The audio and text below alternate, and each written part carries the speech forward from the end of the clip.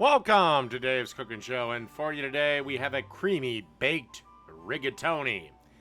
Alright, first thing we have here is about a pound of Italian sausage, sizzling on up in a little bit of olive oil over about medium heat. Gonna give this a little old flip, and then start chopping all this up with your spatula. And you're going to want to cook this till it's done, and then, of course, drain. Okay, once you've drained the sausage, bring the same pan back onto the heat, again, medium heat, and add just a bit more olive oil to it. Okay, and then you want to give the olive oil about 30 seconds to come to temp, and then you want to add a half a cup of onions. I use white onions, but you could use whatever onions you like. And then give the onions a couple of minutes to start to become translucent. After about a minute of cooking, though, it is time to add about a tablespoon of minced garlic.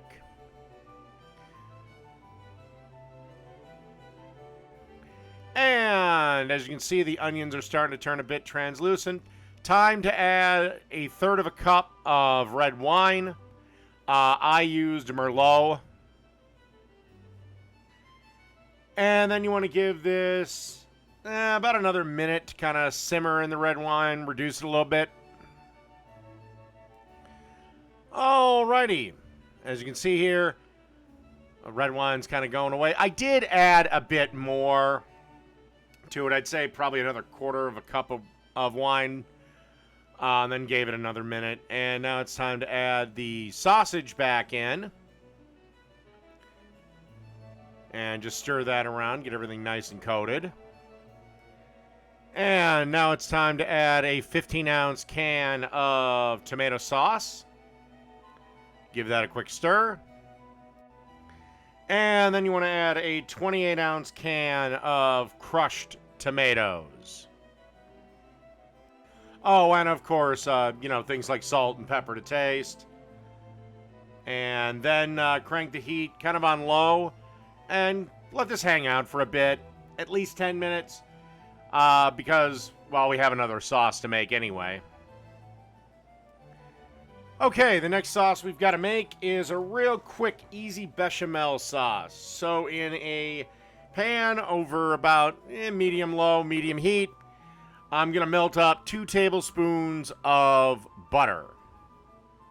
And once the butter is melted, we're going to add 2 tablespoons of flour, give this a quick whisk, and basically, you know what we're making. We're making a roux. So with the roux working, now it's time to add a cup of milk while we whisk. And then you want to kind of keep whisking this until it's smooth, thick, and creamy. Couple of minutes. It's really up to you. The longer you go, the thicker it'll be.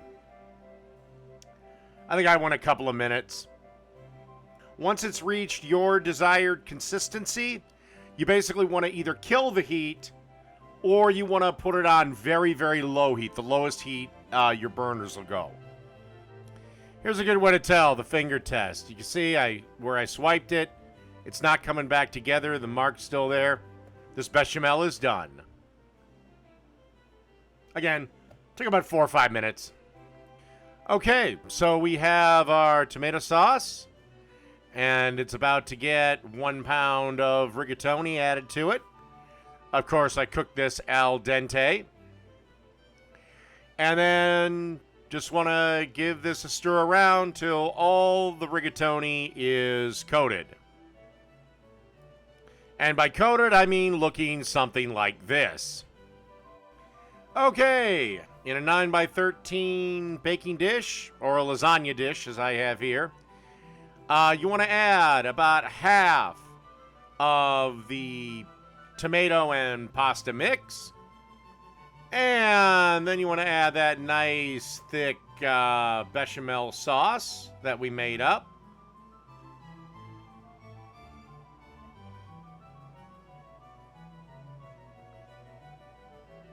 Then you want to add the rest of the rigatoni. Again, it should be half and half, but obviously I overshot the first pour.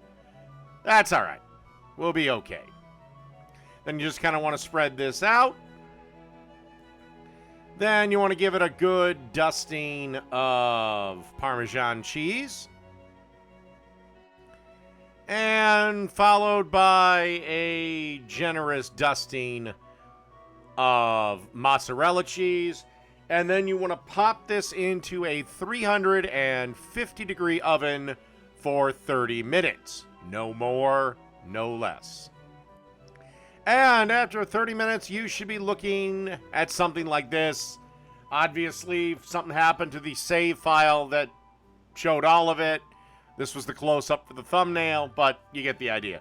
30 minutes, something like that, and that's it. So, Creamy Baked Rigatoni. Done.